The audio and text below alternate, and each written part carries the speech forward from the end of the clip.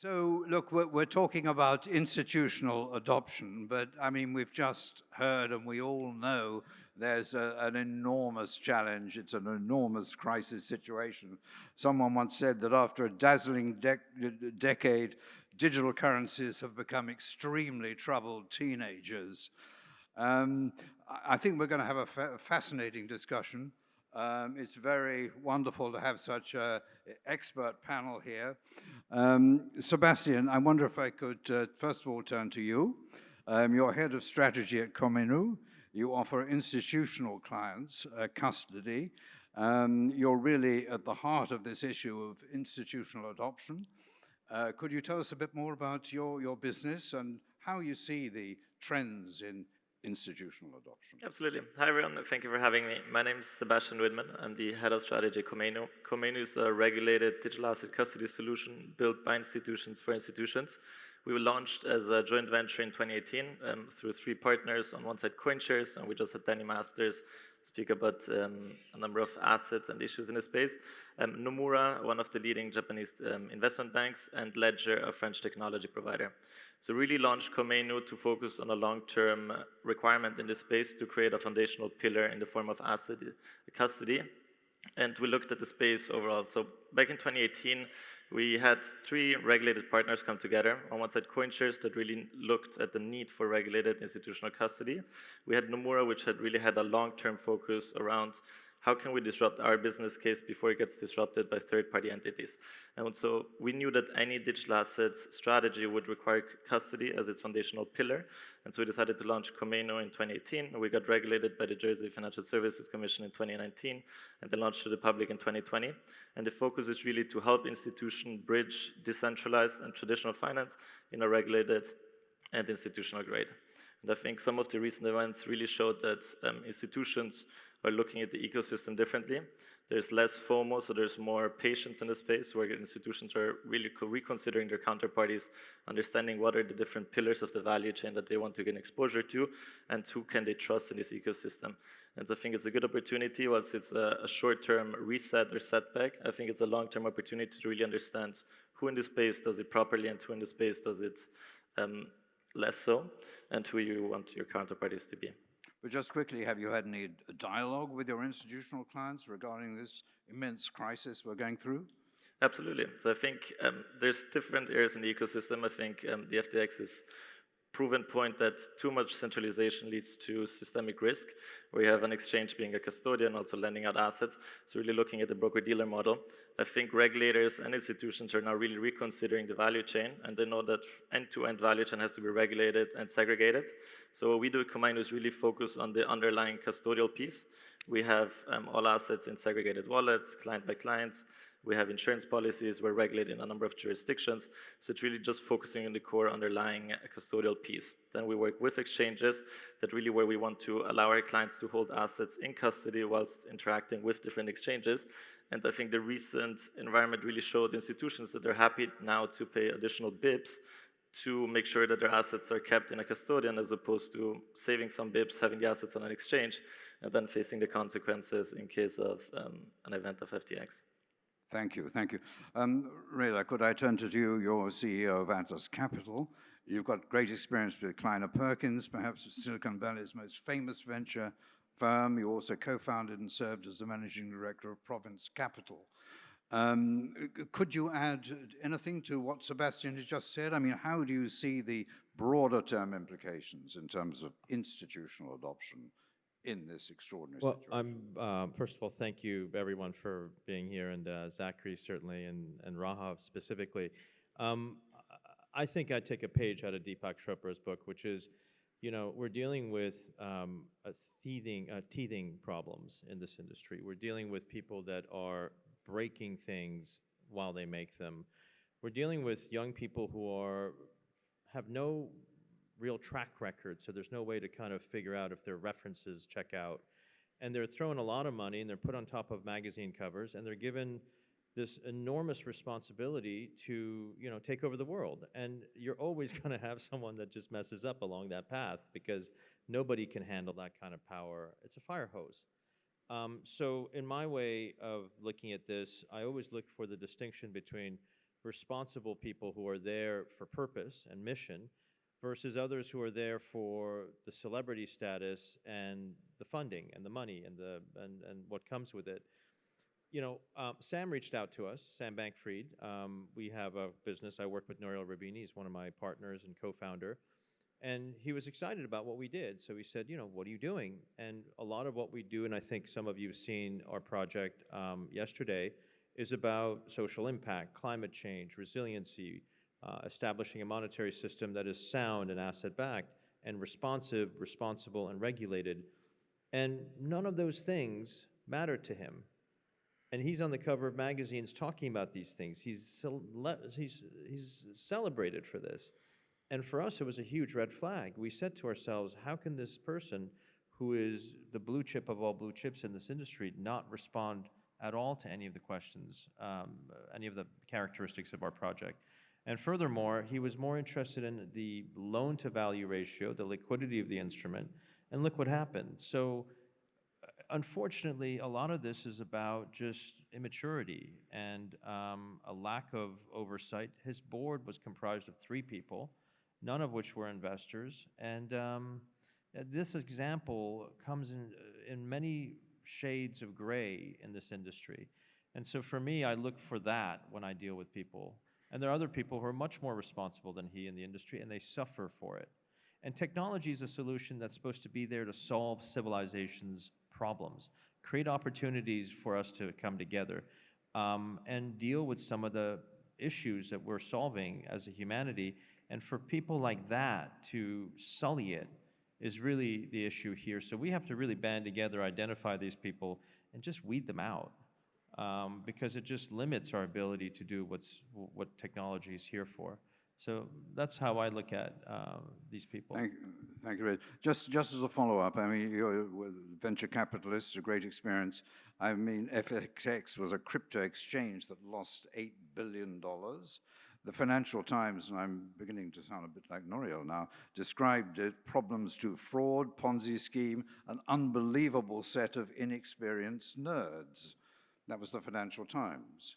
And yet you've got Sequoia, Temasek, SoftBank, and the Poor Ontario Teachers Pension Fund investing in this. Isn't this a gross dereliction of fiduciary duty and professional competence? I mean, SoftBank is a great example of this. Adam Newman, Sam, there's just a run of people that are dysfunctionally being invested in. But, Nouriel said some comments in Abu Dhabi, and I want to address some of these on stage, around CZ and Binance. And, I don't know CZ, I don't know Binance, I've never done business with them.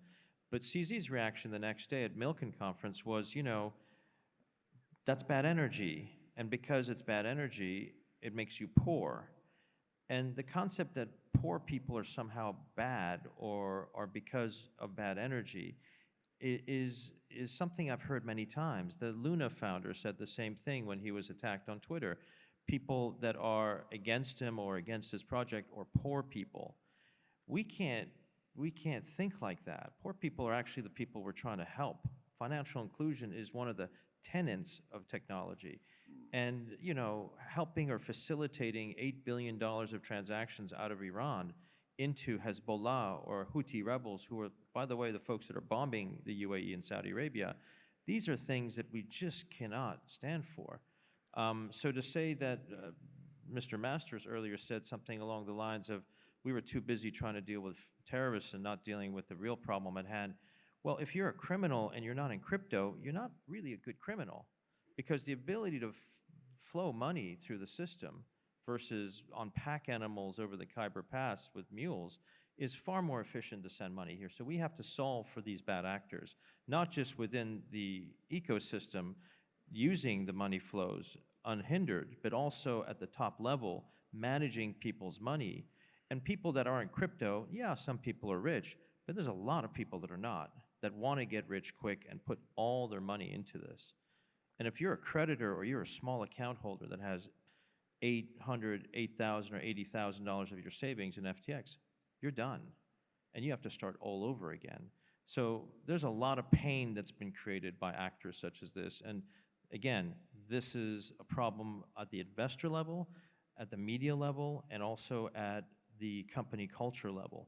And if you further fund these people and celebrate them, of course they're going to get away with murder, because no investor wants to be lose the next, eBay or Yahoo or Facebook or Google, because deal flows happen so quickly. So those are the issues, I think. Thank you very much. They're very, very relevant. Robert, can I turn to you? I think your experience in the sector is, in fact, incredibly relevant for our discussion. Can you tell us a little bit more about the mission of Benson Oak Ventures and explain to our audience your involvement in the crypto system? Yes, Robert Cohen, Benson Oak Ventures. Great to be back in Dubai. In fact, I was first here at AIM Summit 4 years ago, I think pretty much today.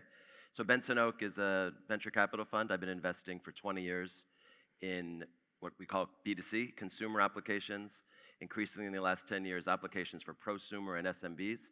Basically this concept that anybody can be a business, something that happened before crypto, before blockchain, and I think blockchain will only enable that more, where anybody can literally do their passion. And I think that changes quite a lot in terms of entrepreneurship. In terms of Web3, crypto, I agree a lot with what was said about cryptocurrencies on the last panel, and I disagree with almost everything on the technical side. For me, blockchain is technology. It's not religion. It's pure technology that, like many things over history, evolve and create new business models and new ways of disruption. And so what I continue to invest in is consumer SMB applications, which are called Web3 enabled. Not exclusively so, but increasingly those that are basically elevated by blockchain. I don't think Web3 is its own investment category, just like there's no such thing as internet funds anymore. I don't think there should be things called Web3 funds. I think this is all just about a technical layer that's enabling new forms of business.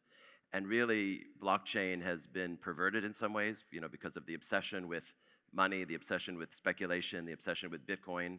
And at the end of the day, blockchain, and put that word aside, it's really just 4 words, in my opinion. It's a public ledger affirming ownership. And that changes everything. And it doesn't mean every single use case is going to be tokenized or on blockchain, and just like it doesn't mean nothing will be. There's going to be hopefully a medium there.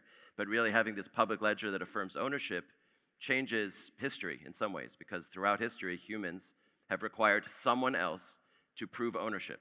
That's regarding money, that's regarding art, that's regarding my data, that's regarding social media.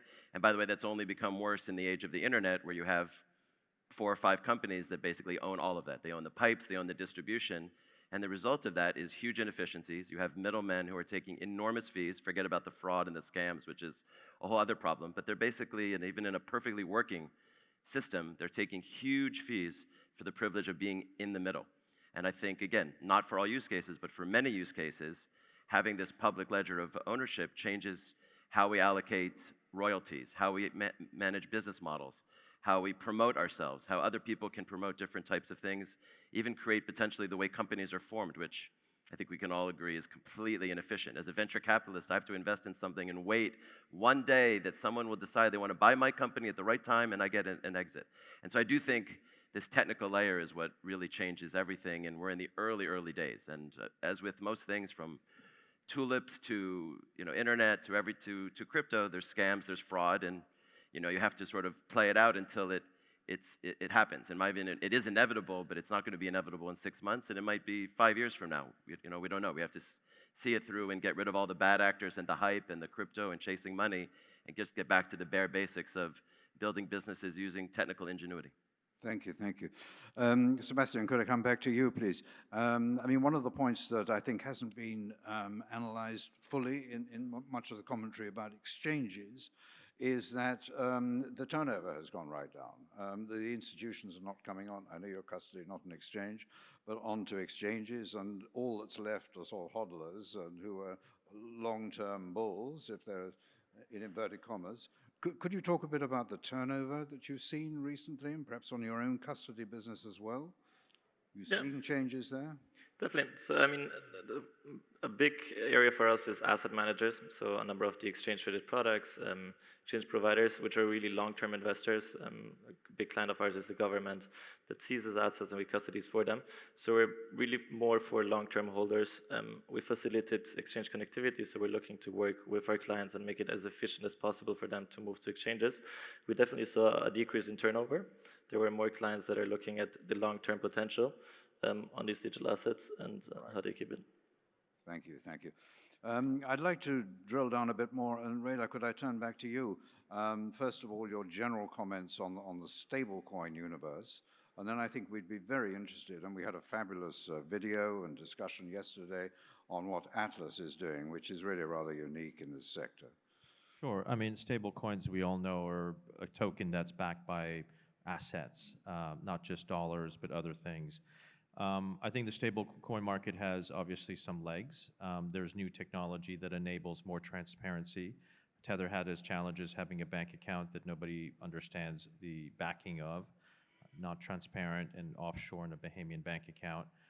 Circle has done a far better job and has given their money to BlackRock, and they're managing their money, so it's kind of transparent in a publicly traded asset manager. We looked at those two models and we recognized that there was a couple of inefficiencies in them. One is if you had $1 for a year or so for the last 12 trailing months, you've lost about 8 to 10% of its value. And if we go through some of the geopolitical, social, climate-related matters that Nouriel mentioned yesterday in his macro speech, that dollar will likely get debased, lose its value, and potentially lose its current status as a global reserve currency. So when we designed our stable coin, we said we have to solve for these problems. And we designed it with three assets in mind. These three assets have been the backing of the US dollar since 1650.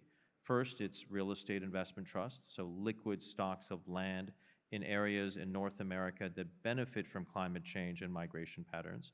So not only are they real estate holdings that do well during inflationary times, but because of demand in the next 2, 5, 10, 20, 30 years, people will likely move into those areas. So not on coastlines, not in Florida, not in wildfire areas in California, but in areas that will likely be areas where people will move to.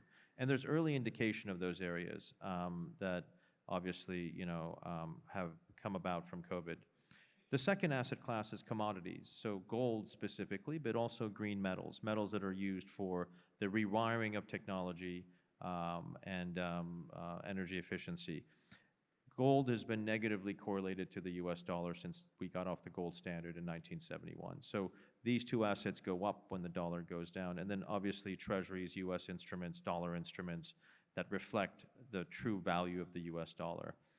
When you put them in a systematic algorithmic asset allocation index, if you will, which we just launched with Goldman Sachs last week, you have the balancing between these three assets to take advantage of losses and gains in each other, given their negative correlations, and you net positive if you make the right decisions and you forecast the market accurately to create effectively a transparent index that reflects the value of these three assets. Thereafter, our goal is to create a relationship with a bank that has a cloud-based custody account. BNY Mellon has one, State Street has one, other banks are creating them, crypto firms have them, but fundamentally, if anyone wants to buy this token, the monies that are taken to us go and buy the assets under the index and put into a transparent custody account that everyone can see the assets that are underneath the actual token. And this is 24/7 transparent. So as the assets move up and down according to the index, the value of the token is reflected in the assets underneath and in the transparent custody account. The third layer is a layer that involves regulation according to KYC, AML, and OFAC. There are firms like SWE, Miston Labs, and others that are designing tokens that have within them a smart contract. And that smart contract pings your wallet or exchange and asks, are you qualified, KYC, AML, and OFAC, to take and receive these funds? If you're not, it bounces back. And these are new technologies that Q1, Q2 will be launched. So that stack, in our view, solves for the lack of transparency, something that creates an asset-backed stablecoin that protects you against inflation and other risks, solves for some of the climate-related issues by investing in areas that people will likely move to as safe haven real estate, and then fundamentally gives you the ability to limit criminal and terrorist and whatnot activities within the crypto ecosystem or the blockchain world so that more institutions can feel comfortable coming online. And when you integrate these stacks and build them out, it becomes, I think, the next generation of institutional grade products, which I think is very much lacking in this market.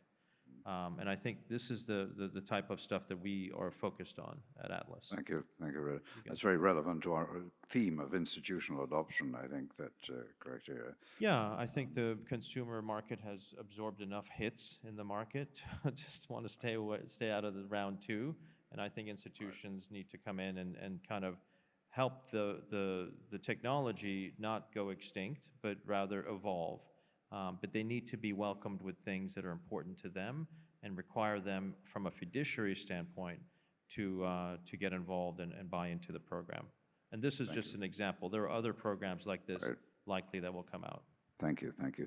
I want to leave some time for questions, but Robert, can I ask you, we've already touched on this aspect, but I feel that you strongly feel that Web 3 will be an inevitable enabler of growth of institutional adoption.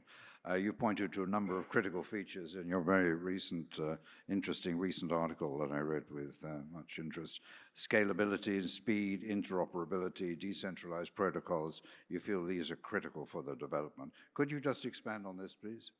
Yeah, I guess I take a different view from not looking at it from top-down institutions. I think we can have a debate about how much institutions have contributed to certain things over history and their own types of things, and whether they'll use blockchain and crypto for good or for their own purposes. So I look at it really from the ground up, which is, at the end of the day, this is about creating new economies, new places where people can create new applications, can create new use cases, and build it from the ground up. And I think that's the adoption that's early days. Just like, again, the internet, and I think we're talking 98, 99 of the internet, where you still had your dial-up modems, things were super slow, you had no scalability. It wasn't really till mobile and 4G and these things took off that these consumer applications and the ability to create apps and create software and create platforms globally took off. And I think it's going to be the same way with blockchain. The reality is, again, to compare to the internet of the 90s, tremendous amount of money was put building the pipes that give us what we today take for granted. Video on demand, I can watch anything, anytime, and if it glitches, I'm super unhappy. We take this for granted. This is not something that just happened overnight. And I think there's been a lot of investment into protocols, into blockchain that are very immature. Some are BS, and a lot of them, or at least some of them, are going to be real. And creating these new economies where people from the ground up can come and not care about cryptocurrency. These things should not be going up and down. There's a reason why the Fed is increasing interest rates that we've been talking about for 2 days to knock out this thing called inflation. Inflation destroys economies. Cryptocurrencies going up and down will make the economy that currency is supposed to govern unusable, because by definition, no one's going to actually spend on it. And so at the end of the day, these things should be utilities, whether it's, I don't really even like the term cryptocurrency. They're more about NFT, token-gated commerce, but most of all, let's call them digital assets. We're all familiar with assets. We use them every day. We have them. We possess them. At the end of the day, these things are going to be digital.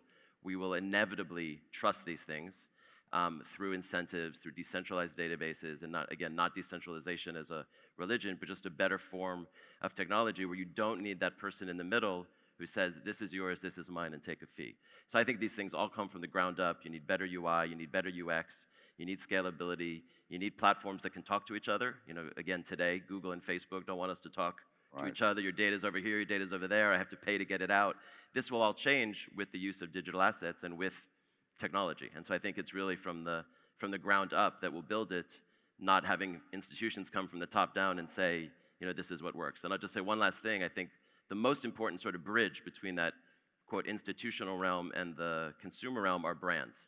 I think brands are not institutions, but we all trust brands. And I actually think brands will be perhaps more important in a, quote, decentralized, not worlds, but universes. And I think brands are getting into the space because they see the power of it for themselves. All these brands use cryptocurrencies already. Loyalty points, American Express, hotels, we all, stay in the same hotel, the same this, because we want points for the incentives they provide us. And I think all these brands get it and are going to be using the NFTs and token-gated commerce to encourage their consumers to use them, to use these new universes, and that will actually provide a lot of the credibility that's needed for the space to take off again from the bottom up. Well, thank you very much. Our time's actually up, but there may well be some questions. Would anyone like to ask any questions? There's one hand. Can we get a mic over here, please? Just talk loud.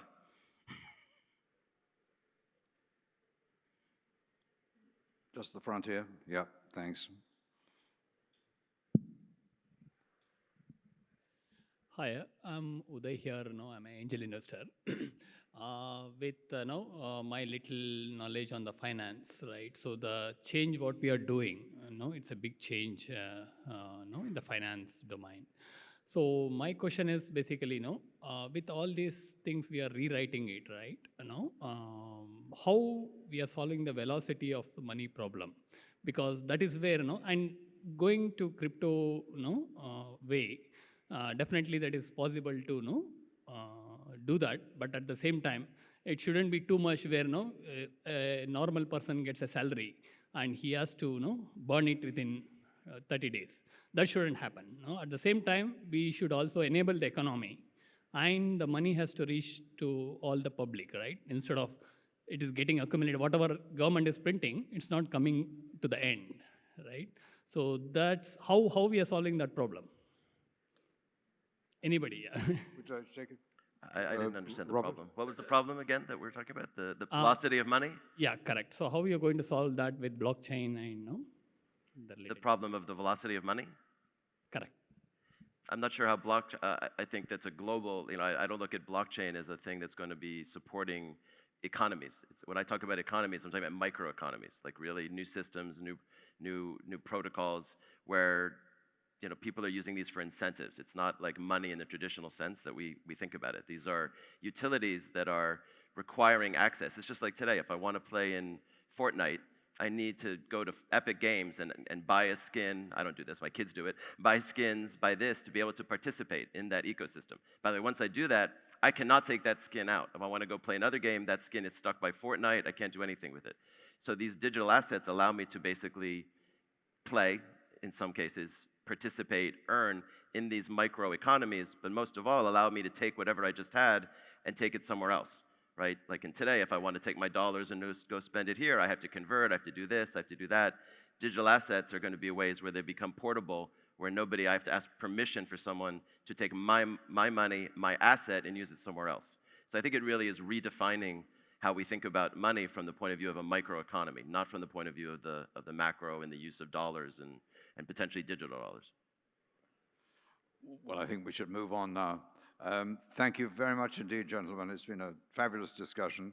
Can we give our panel a big hand, please? Thank you.